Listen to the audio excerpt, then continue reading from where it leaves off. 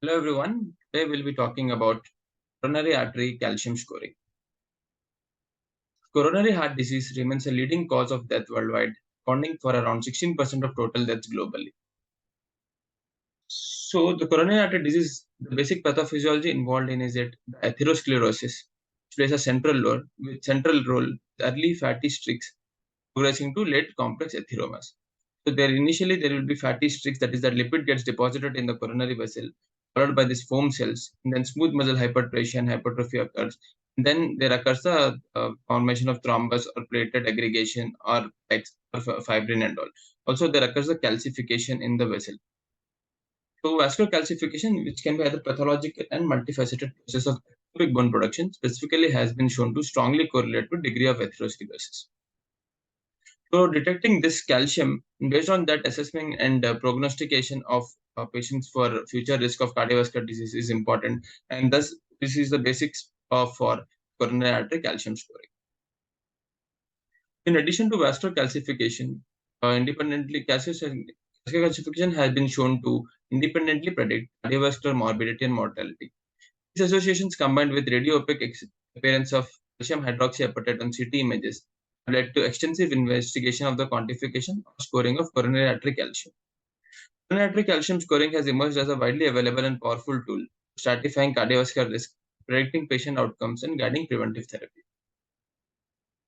As you can see, this is the progression of the atherosclerosis from early lipid-rich to internal plaque, and then calcification, calcified plaque. And there is vulnerability and the rupture and formation of thrombus, MI, and disconnect. So the CT image equation protocol. So what is the calcium artery? That is the coronary artery calcium CT image protocol. Is that patient will be made to lie in the supine position. The scanning mode is taken as axial with prospective ECG gating will be there. And the scan ranges from below the aortic arch to the base of the heart is taken. The calcium scoring is performed by using Agatston method. The approximate study time will be around 10 to 15 minutes. There are three scoring methods which are available for coronary artery calcium scoring. First one is the Agatston score, second is the volume score, and third one is the mass score. The most validated and widely used one is the Agatston method. Agatston method involves nothing but the calculating plaque area into attenuation weighing factor. It is the most validated one. So it is calculated by area of the calcium, that is, as I said, plaque area. So you can, if you on the calcium you see a plaque, you will calculate the area of this plaque, and then you made score that is called as the attenuation weighting factor based on the CT Hounsfield unit. Density factor is 130 to 199, the score is 1. 200 to 299, the score is 2. 300 to 399, the score is 3. And more than 400 Hounsfield unit, the score is 4. So if you multiply this area with this, and you get a CSC Agatston score, and all the calcification of all the vessels should be combined. If you combine all of them, it will give you a value called the sum of all lesions will give you the total CSC score. This can show a normal without any calcification. You can see here there is moderate calcification in the coronaries, and here you can see severe calcification. Based on the score of Agatston score, you have risk and description can be given. If the score is 0, it means it's a negative test. Findings are consistent with a low risk of having a cardiovascular event in the next 5 years. If the score is 1 to 10, the risk is minimal atherosclerosis, and there is a low risk of having a cardiovascular event in the next 5 years. If the score is 11 to 100, that is mild risk. Mild coronary atherosclerosis, a mild risk of having a CAD may exist. If the score is 101 to 400, that is a moderate risk. That means that there is moderate calcium is detected in the coronary arteries and confirms the presence of atherosclerotic. More than 400 means the risk is very high and high calcium score, and there is high risk of having a cardiovascular event within the next 5 years. This is a score of 400. So you can see here, type 1 is the normal one, type 2 lesion is with foam cell, type 3 is small pool of extracellular lipid, and then you have fibroatherom and calcium deposition. So based on the CSC score, you detect if it is more than 0 or less than 100, you will label it them as incident and CSC, and they have chances of calcification progression. More is the calcium, more is the chances of increased cardiac mortality risk. Next, there is a terminology called as absolute versus percentile CSC scoring. So CSC is typically quantified using the Agatston score, as we have already discussed. So the absolute score is nothing but is a total value what we get. So once we calculate the total amount of calcification based on the area and the Hounsfield unit or weighing factor, we get a score that is the absolute score, and it has been found to have a best predictor of total risk of coronary heart disease events for in near futures. However, percentile score is nothing but here the score is compared with the average for that the same age, race, and sex. What is the average score which is expected for that age group? When you compare with them, this percentile score is a better predictor of lifetime risk of developing coronary heart disease. Absolute score, that is assessment of absolute CHD risk for an individual. It is the best predictor of short to intermediate CHD risk. Lifetime risk percentile score is better and better for risk communication with the patients. Now, the use of coronary artery calcium score as a tool to guide statin therapy. The 10-year ASCVD risk is most important to be calculated when trying to do a CAC score or to guide any statin therapy. 10-year ASCVD risk is combined with the CAC score to guide primary prevention with statins. For patients, so current recommendation generally says that this CAC should be done in patients with intermediate to borderline risk, that is 5 to 20% of ASCVD risk. For patients with risk of less than 5%, that is cardiovascular risk is less than 5%, statin treatment is not recommended. As an exception, statin treatment may be recommended in selective group of patients with a higher risk factor and a strong family history of coronary artery disease. For patient with greater than 20% risk, statin treatment is recommended regardless of the CACS score. Even if the calcium score is zero, if the risk is more than 20%, you have to start statin treatment. There are two scores to calculate the all-cause cardiovascular disease risk, 10-year risk. You can calculate by either by MESA score, which includes the following factors. You can go through it. And second one is the Framingham risk calculator, which uses age, gender, smoke, total cholesterol, HDL cholesterol, systolic BP, and hypertension rate.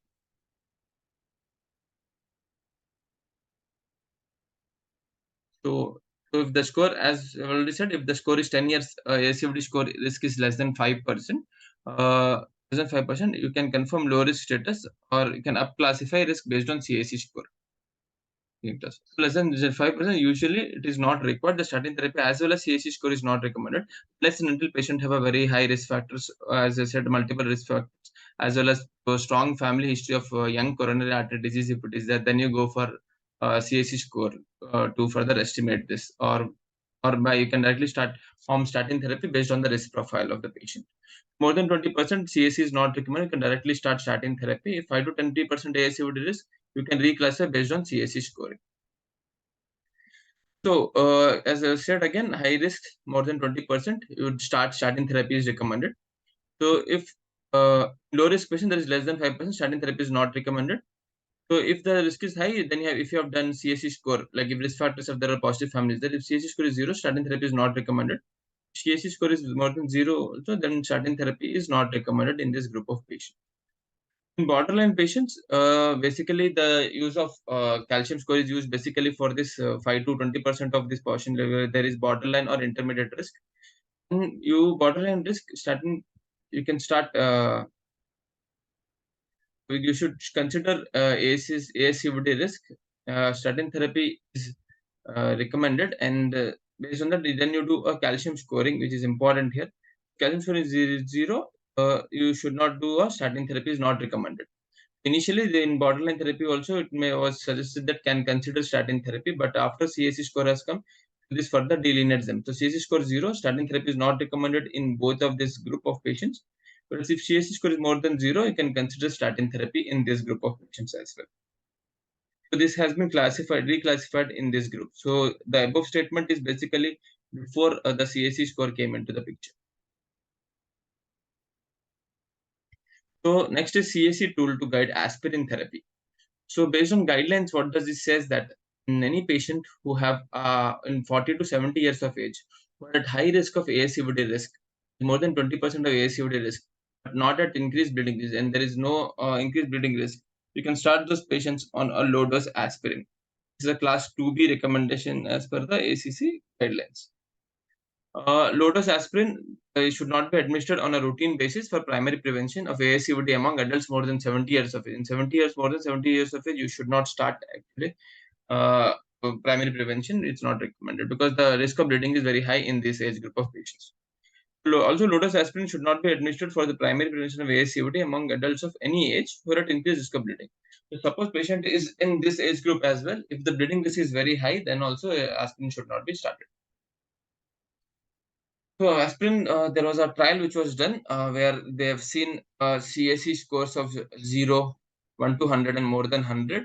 And they found that the patients who have a CAC score of more than 100, there was a better CAC score more than, there was better outcomes was there if patient was treated with statins and aspirin was treated.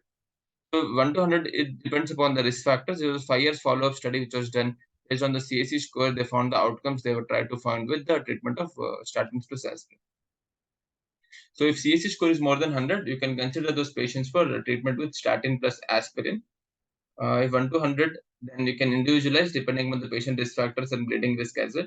CAC score, if it is 0, this patient does not require this treatment. So aspirin is beneficial for CAC is equal to 0 only if the patients have more than 20% ASCVD risk. More than 20% ASCVD risk, as in statin, we have said, there is no use of further doing CAC score. You can start actually aspirin in if a patient has a low bleeding risk. So regardless of CAC score, aspirin is not harmful in those with less than 5% risk or with increased bleeding risk. Suppose patient have only less than 5% risk and also increased bleeding risk is there, you should not start aspirin.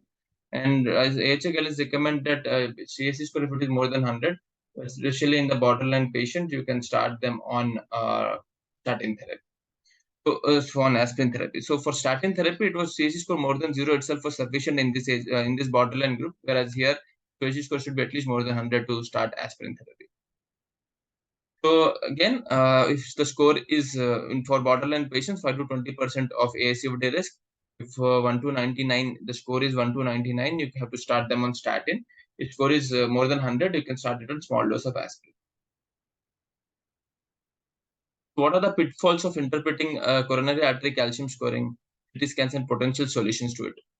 So respiratory motion artifacts are quite common.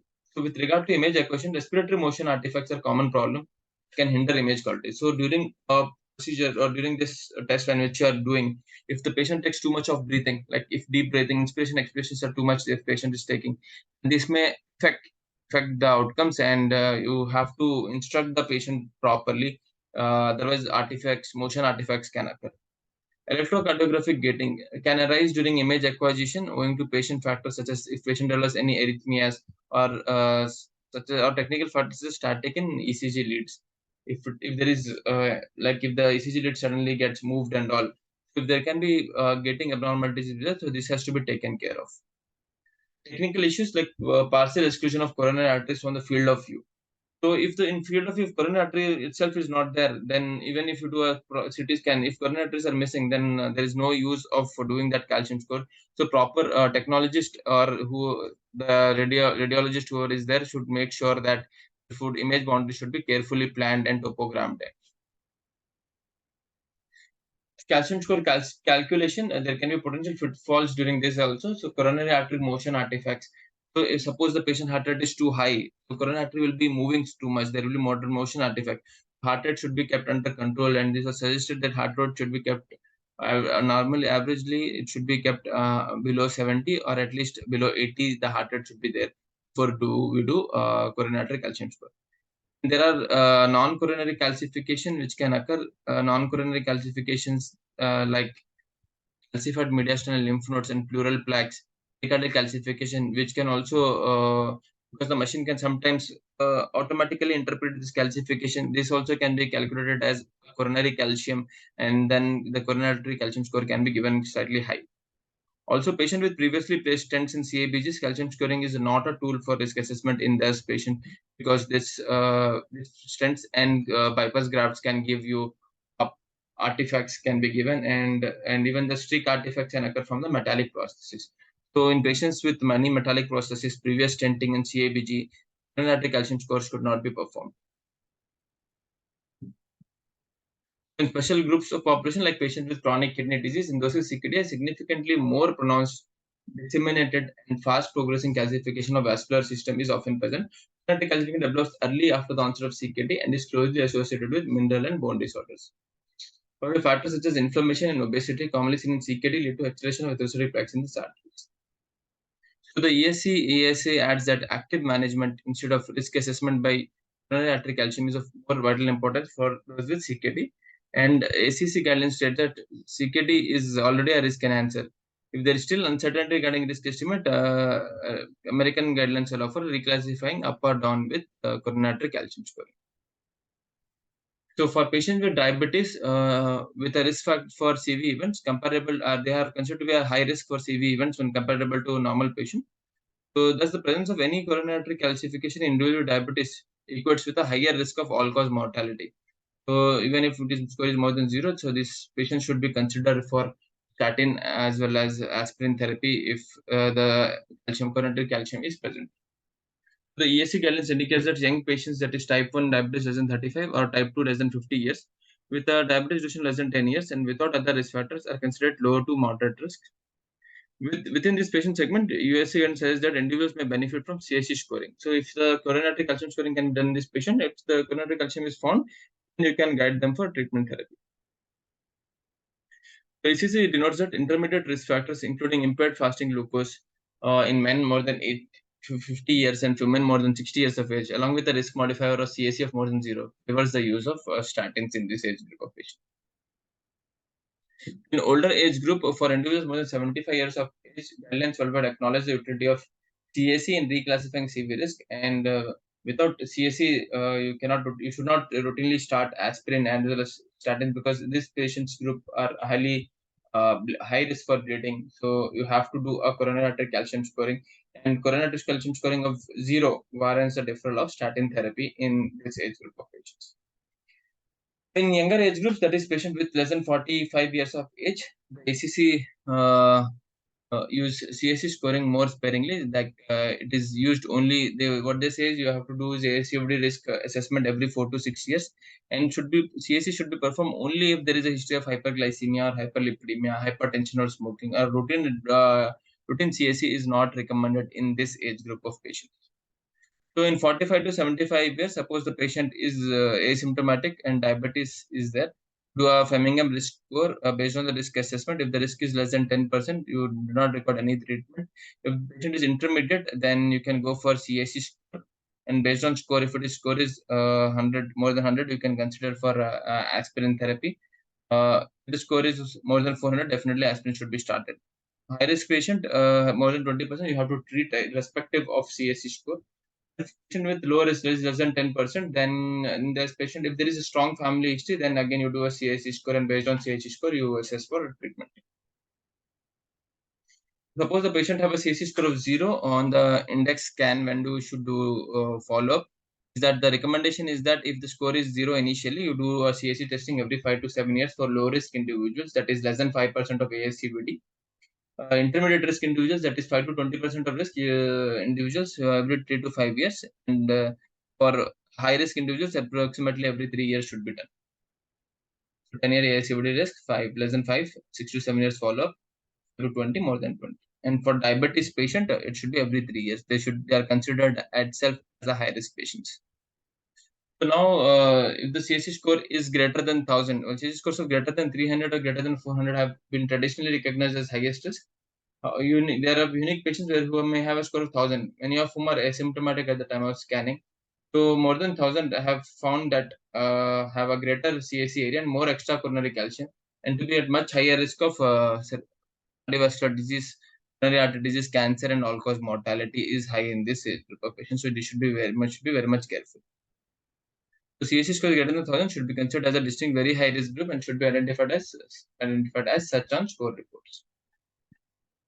Next, CSC distribution within the coronary artery is also important. Not only the score, what is the distribution of this calcification is also more important. And it has been found that the patient who have a distribution of involvement of the left main has a more higher risk when compared to the patient who have no calcium on the left main coronary artery. So, presence of left main coronary artery calcium should be noted in any study conclusions. So coming to the advantages of coronary artery calcium scoring is that it is very much rapid. It doesn't require a contrast, which is a major advantage. It is reproducible. Like if you repeat the test, you get the similar findings again. It has a high prognostic significance.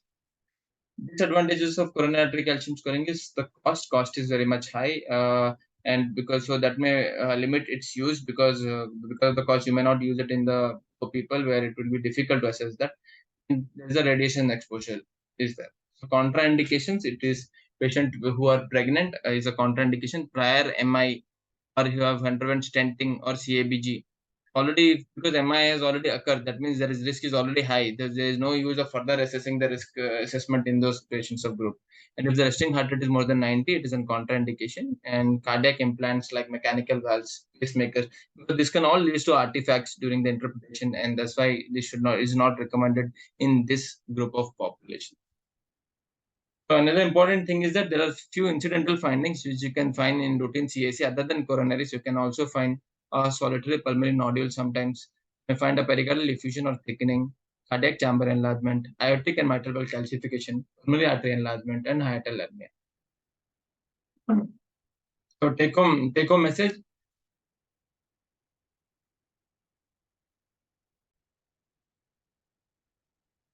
Coming to take home messages, when to consider coronary artery calcium testing is patients with intermediate risk or selected borderline risk, like who have a ASCVD risk of 5 to 20%. And if you want to know whether to start a statin or if you want to defer the statin, you should do a CAC score. And if the CAC score is more than 100, definitely you should more than 0, you should start them on statins. If the score is 0, you need not start them on statin. You can withhold and observe the patient, or you can suggest them on lifestyle modification. And emphasis on power of zero, use of CAC testing to identify low risk patients. So, as opposed to risk enhancers and screening tools that may be used to identify higher risk patients. If the CAC testing is now most commonly used for identifying the lower risk patients among those who would otherwise be a candidate for statin therapy, so who are a candidate for statin therapy now, if the score is 0, you can avoid statin therapy in those patients of case. Coronary artery calcium may also be useful in older individuals. The new guidelines suggest that patients who are 76 to 80 years of age with an LDL cholesterol between 70 to 189, if you measure a CAC and the score is 0, you can avoid statin therapy in this age group of patients. And must interpret CAC test results in context of overall patient risk. Suppose the risk is more than 20%, and that at times clinicians and patients may elect to initiate statin therapy despite a CAC of 0. So in this age group of patients with this risk profile, there is no use of doing CAC. And CAC score of 0 can be helpful in reclassifying this to a lower risk group. Hope you have liked this video. If you have any query or any doubts in this topic, you can text me in my comment box. If you want more videos like this, do subscribe to my channel, Dr. Akif Baig. Thank you.